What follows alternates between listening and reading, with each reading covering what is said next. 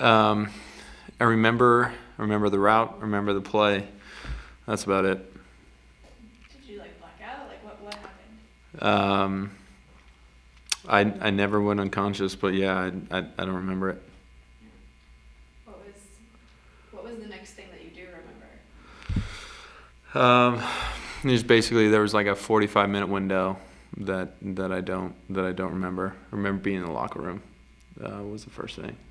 Was it scary? Um, I mean, yeah, it's not an ideal situation to have a hit like that, and then have a gap of memory. So yeah, I think anytime you're dealing with head injuries, it's a scary thing. I think understanding concussions and how it works and everything else, I'm comfortable with. I know it was a concussion. I know it was a serious thing, but my ability to recover, I never felt like that was in jeopardy to be fully healthy. Have you rewatched him play? Oh yeah, for sure. Do you think it was? I mean, look, I'm not him. I don't know what he was playing or what he was. I think anytime it ends up being a kind of bam bam hit and collision. I don't know as a defensive guy like how you can consciously make that decision, in a split second. But man, it sure looked like he wasn't trying to make a play on the ball. The way the hit happened. But I've never played defense. I don't know what that's like. Yeah.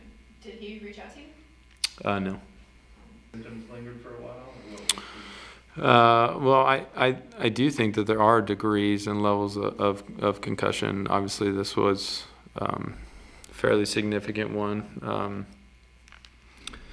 I think for us, having conversation with the doctors, the trainers, obviously when you're dealing with concussions, when it starts to get scary is having the repetitive concussions, and there's this whole protocol in place that the NFL has drawn up, and it's to obviously protect its players, and we follow those protocols. I was having symptoms, and it obviously took a little bit longer than maybe a normal concussion, but there's no way to gauge or put a timeline on how long it takes the brain to recover, and so we just followed those protocols, making sure that we were being safe.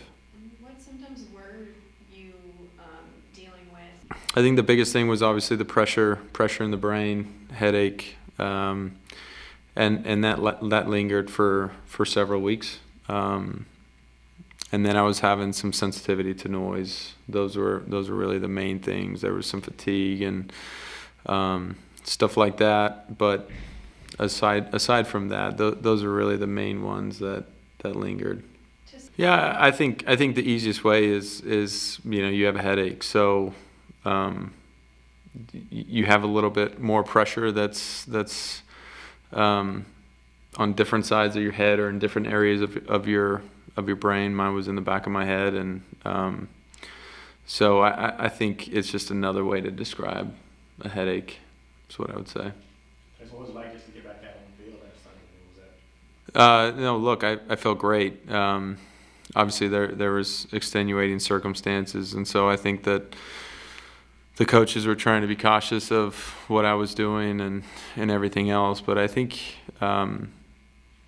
it's hard. I was at home for 2 weeks watching the team play on the couch, and you have moments like that, and I think it helps you kind of reflect on what your teammates mean to you, how much the game means to you, and when you have to sit and watch it on the couch, it helps you kind of realize how much you enjoy it. And I know for me, it reminded me how much I love playing the game, and I miss being out there with the team.